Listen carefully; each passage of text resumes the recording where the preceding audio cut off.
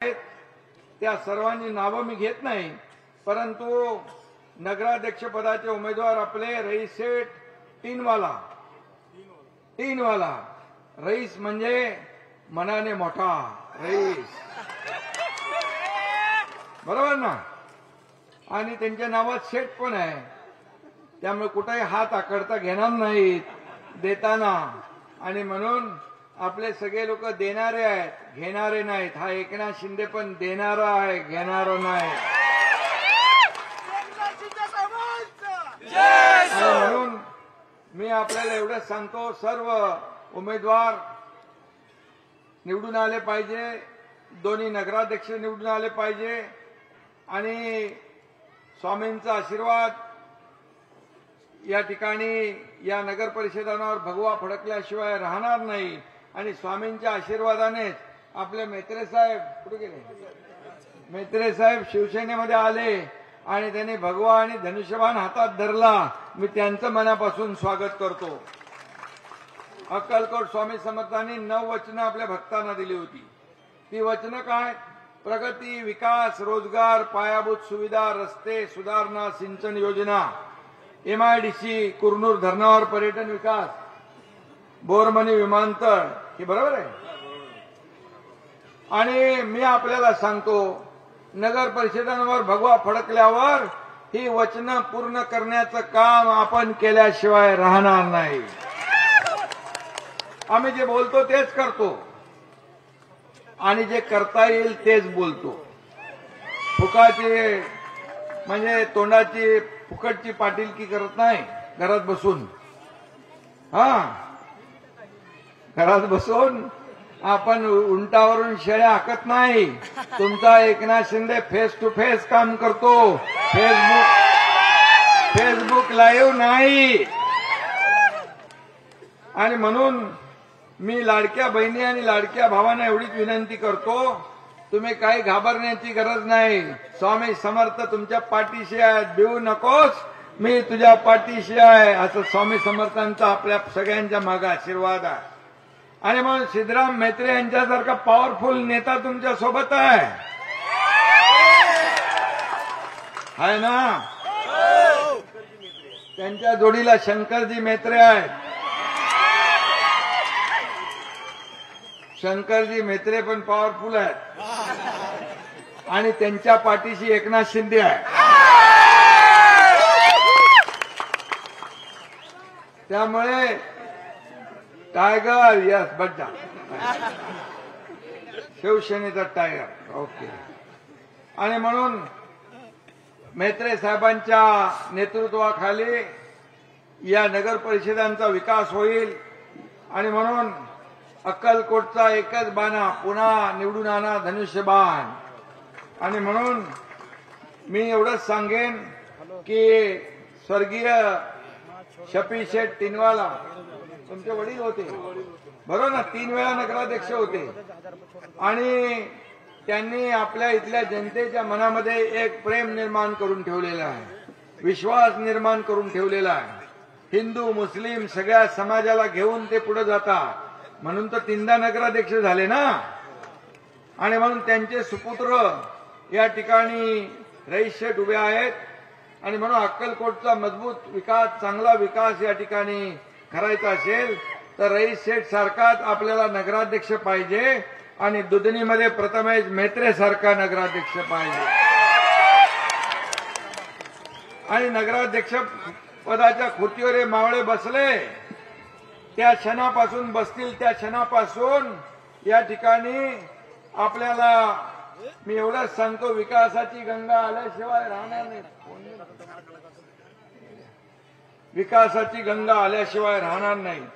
आणि म्हणून हा विश्वास मी द्यायला आपल्याकडे आलो. खरं म्हणजे आपल्याला मी एवढंच सांगतो, तीर्थस्थळ मोठं आहे, क्षेत्र आहे आपलं हे, आणि तिथे चांगल्या सोयीसुविधा पाहिजे.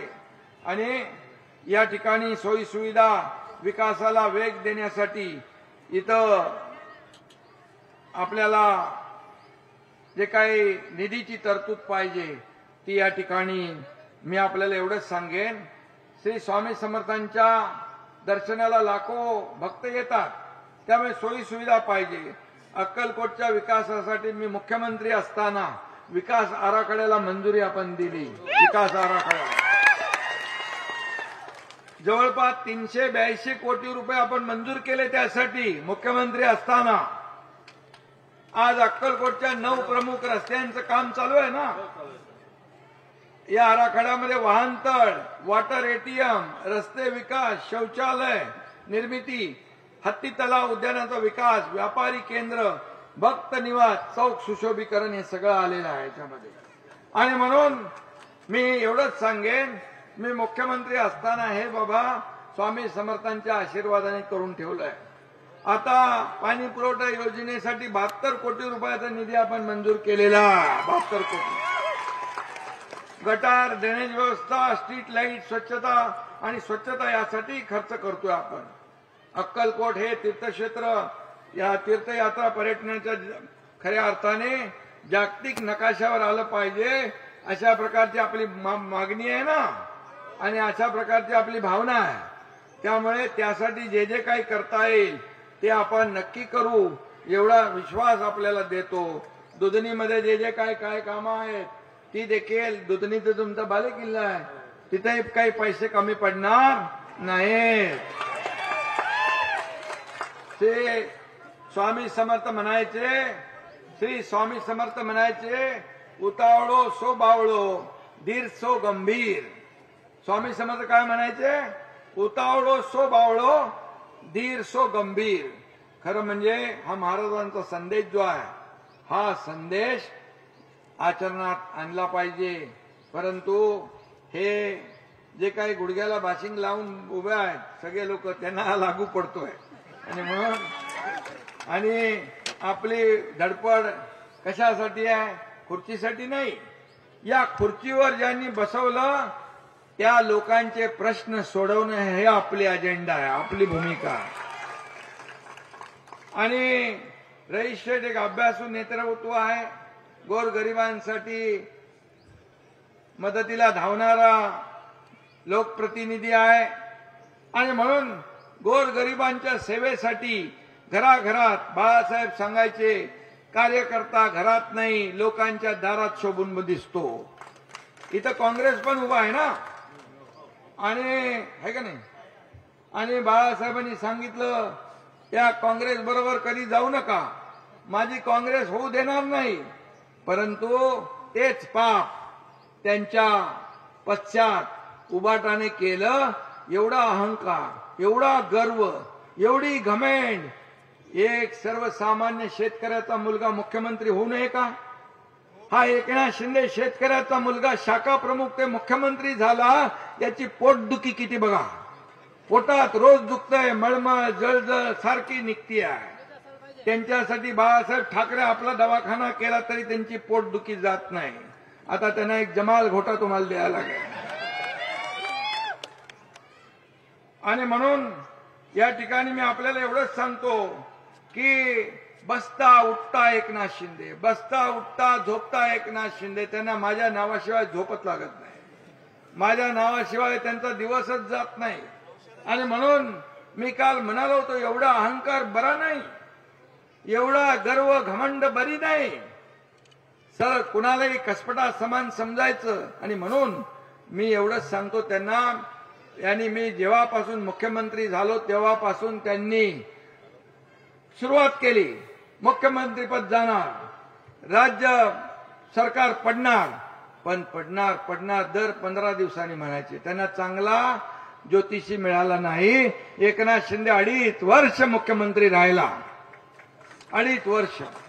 आणि म्हणून मी म्हणतो एवढा गर्व अहंकार कधी बरा नसतो. मी कालही म्हणालो की अहंकाराने भले भले रसातळाला गेले, रावणाची लंका पण खाक झाली, परंतु यांना काही सुधरत नाही. आजही जो आपल्या पक्षात आला की तो कचरा, पक्षात होता तोपर्यंत चांगला. एवढे लोक का पक्ष सोडून येत आहेत उबाटातून? याचा विचार करा, आत्मचिंतन करा. आज आपण तुमच्या एकनाथ शिंदेने 80 जागा विधानसभेच्या लढवल्या आणि 60 जागा जिंकल्या.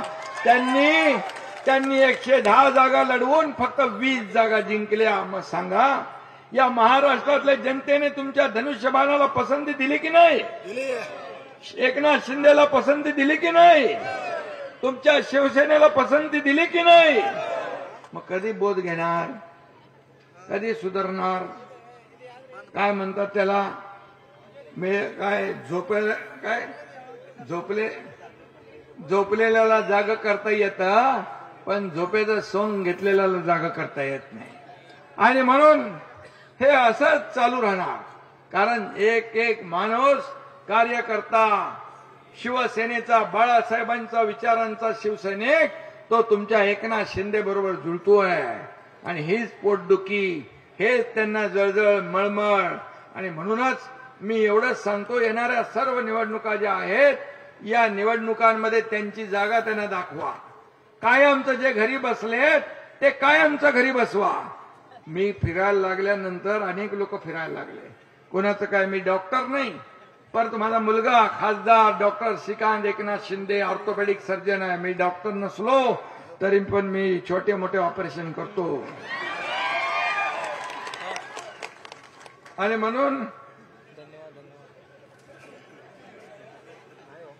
म्हणून मी आपल्याला एवढंच सांगतो, स्वामी समर्थांनी सांगितलंय, आळशी माणसाचं तोंड बघू नका, बरोबर?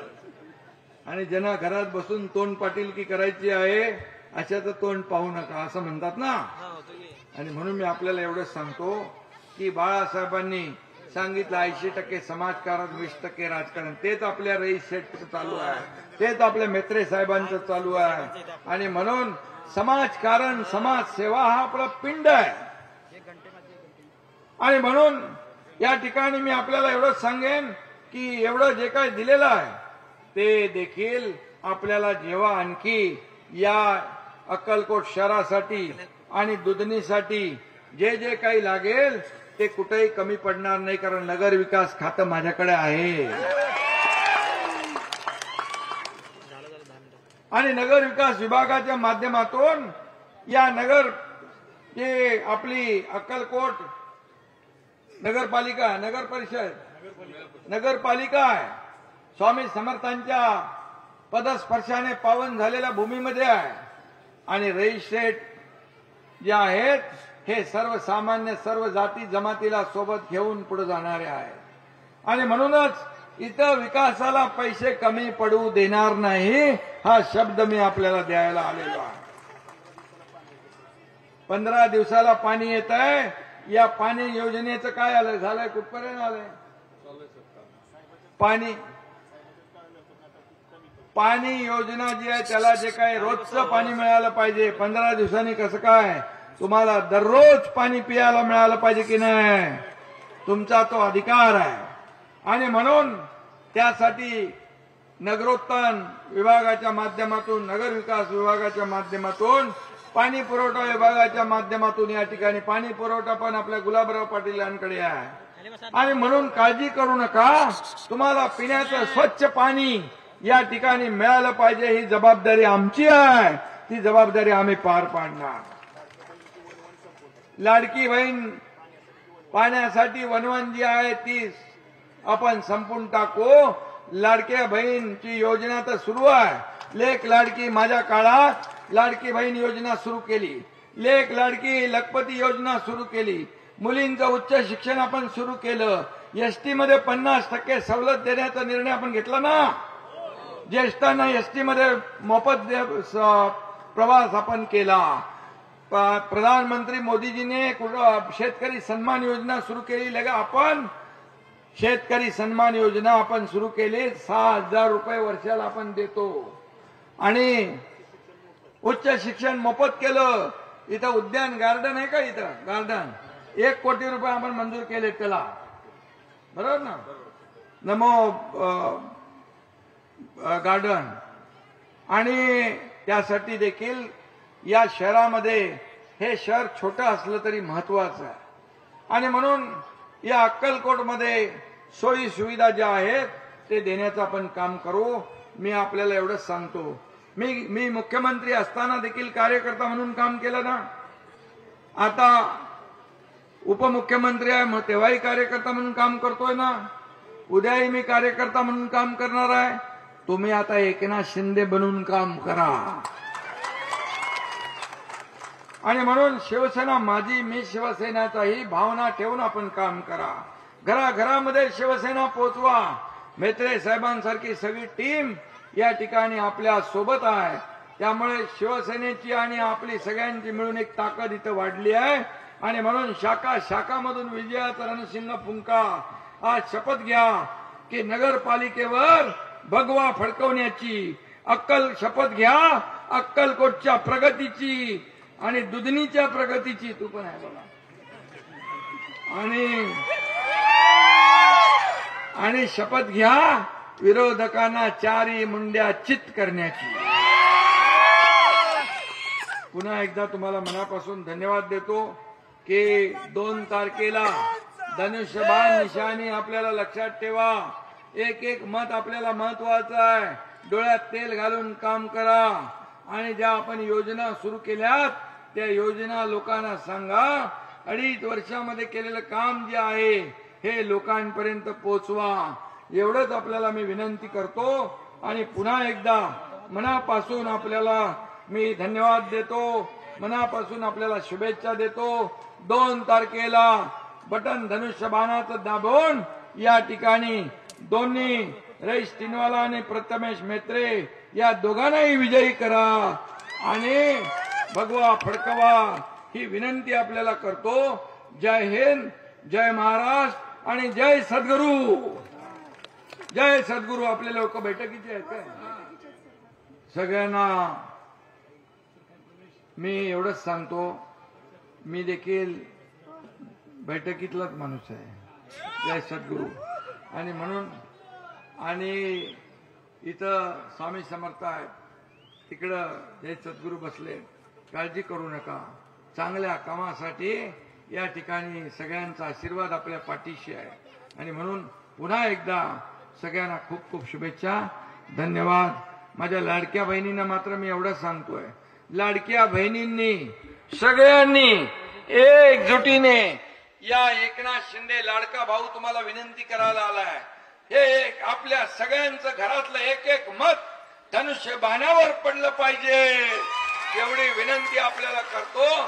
कारण मला सगळ्या पदांपेक्षा या राज्यातल्या लाडक्या बहिणींचा लाडका भाऊ हे पद सगळ्यात मोठं माझ्यासाठी आहे.